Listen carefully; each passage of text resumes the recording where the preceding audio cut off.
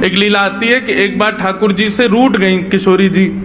ठाकुर जी बोले आप रूठ क्यों गई? बोले नीली नीली मणि आप जो पहन करके आए हो, इसमें एक गोपी का चित्र दिखाई दे रहा है मुझको। ये कौन है? हमसे हूँ रूप गुण सुंदर, ये तो हमसे भी ज्यादा सुंदर है। इसके नेत्र तो देखो कितने प्यारे नेत्र हैं इसके। ठाकुर जी की मणि देख करके श्री जी कह रही हैं, इसकी मुस्कान तो देखो, पता नहीं कहां से तुम्हारे चक्कर में पड़ गई काले कलूटे, ये देखो कितनी प्यारी है। कौन है ये? इसके बारे में मुझे बताओ। मान करके रूठ करके बैठ गई। इतने में ललिता जी आई, किशोरी जी की सखी। ठाकुर जी से बोली, कहा भयो आज श्री जी नाराज क्यों हैं? ठाकुर जी मुस्कुरा के बोले हम एक मणि पहन करके आए हैं, उस मणि में राधा रानी को अपना ही प्रतिबिंब दिख रहा है, और अपनी प्रतिबिंब को देख के करें जे कौन है? ये हमसे भी ज्यादा सुंदर है, ये इतनी हंस क्यों रही है, इसकी आंख इतनी सुंदर क्यों है, ये तुम्हारे चक्कर में कहां से पड़ गई? इस बात से मान करके बैठी। इतनी बोली है राधा रानी, तो राधा रानी मान करती। पर एक दिन किशोरी जी ठाकुर जी से बोली कि आज आप मान करो। ठाकुर जी बोले नहीं आप ही करो, हमसे मत करवाओ। श्री जी बोली नहीं आप रोज मनाते हो हमको, हम आज मनाएंगी आपको, आप मान करो। ठाकुर जी बोले रहने दो ना, आप बड़ी कोमल हो, कहां तक मनाओगी हमको? नहीं हम मनाएंगी आपको, आप मान करो। ठाकुर जी बोले देख लो हम कर लेंगे। फिर बोले नहीं करो। सोई ठाकुर जी ने मान कर लिया। ठाकुर जी रूठ के बैठ गए श्री जी से।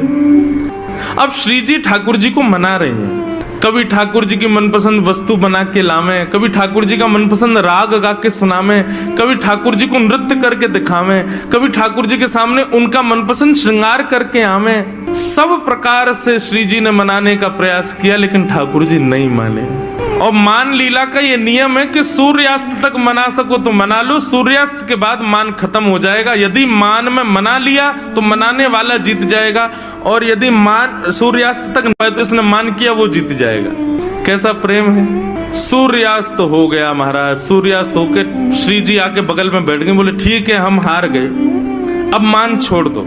लेकिन ठाकुर जी बिना कुछ बोले मान में ही चले गए।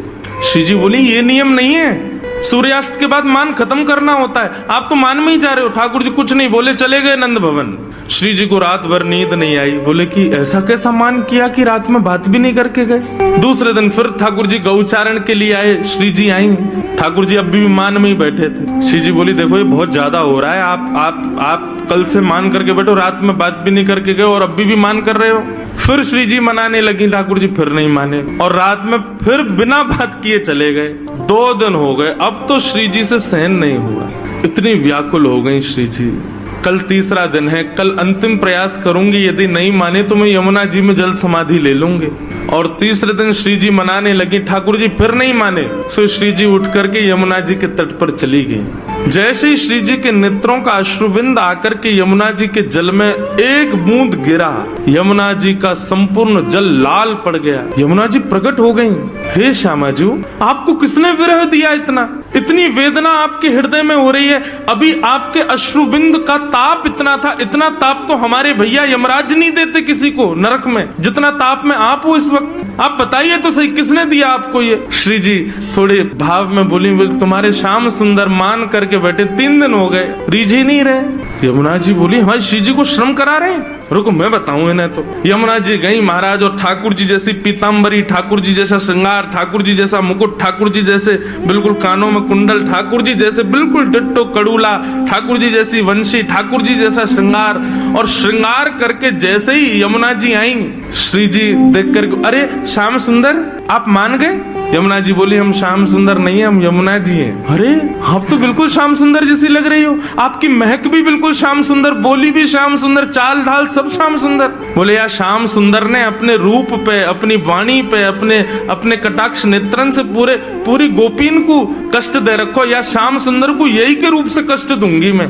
आप यहीं बैठी रही हो राधा रानी, मैं अभी जाऊं। और यमुना जी श्याम सुंदर को रूप धारण करके बिल्कुल वैसी बाकी चाल, वैसी अदा, वैसे ही सब तब जैसे ठाकुर जी चलते हैं, जैसे ठाकुर जी बैठते हैं, बिल्कुल वही अदा श्री यमुना जी जा रही हैं। ठाकुर जी मान करके बैठे हैं, सोई बगल से यमुना जी निकलने लगी। नूपुरों की आवाज जैसे छमछम आई तो ठाकुर जी बोले ये तो हमारे नूपुरन की आवाज है, हम तो यहीं बैठे हैं, ये आवाज कहां से आ रही है। और जैसे ही ठाकुर जी ने पीछे देखा, श्याम सुंदर विचरण कर रहे हैं। ठाकुर जी बोले जे कौन है? ठाकुर जी गए, ओ भैया कौन हो भैया तुम? यमुना जी बोली हम श्याम सुंदर। ठाकुर जी बोले श्याम सुंदर तो हम हैं। बोले तुम नकली भेलू पिया, असली हम हैं। बोले ऐसे कैसे? तुम पे बंशी बजानी आवे? देखो मैं बंशी बजा के दिखाऊं। ठाकुर जी ने बंशी बजाई, उससे बढ़िया यमुना जी ने बजा दी। बोले मेरे पास काली कमली, तुम्हारे पास है? यमुना जी ने अपनी काली कमली दिखा दी। सब प्रकार से ठाकुर जी अपनी वस्तु दिखावें और यमुना जी उसको प्रस्तुत करें। बोले अब कैसे सिद्ध हो कि असली श्याम सुंदर कौन है? यमुना जी बोली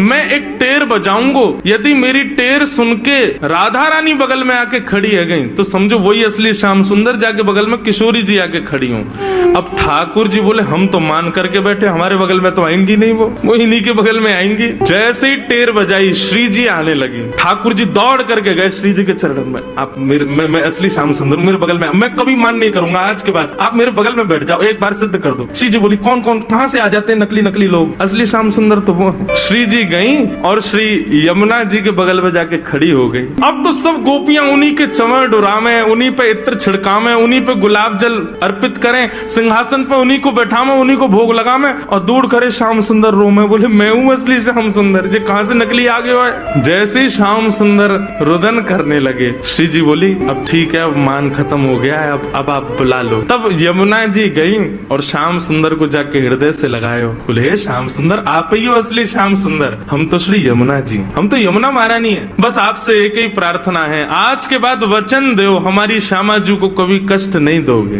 तब श्याम सुंदर ने यमुना जी को वचन दियो। बोले आज से हम नियम लेते हैं कि जब ये मान करेंगी तब हम इनको मनाएंगे, और जब हमें कोई बात बुरी लग जाएगी तो वह भी हम इन्हीं से कह देंगे कि हमको ये बात बुरी लग गई है, मान करो आप ही, हमें ये बात बुरी लगी, आप ही गुस्सा हो जाओ, फिर तब भी हम ही मना लेंगे। यमुना जी बोले हाँ बस यही नियम रखना, आप कभी मान मत करना, श्री जी ही मान करें। तब से हमारे वृंदावन में सब वैष्णव कहते हैं श्याम सुंदर श्री यमुने महारानी की। तब से श्री यमुना जी श्याम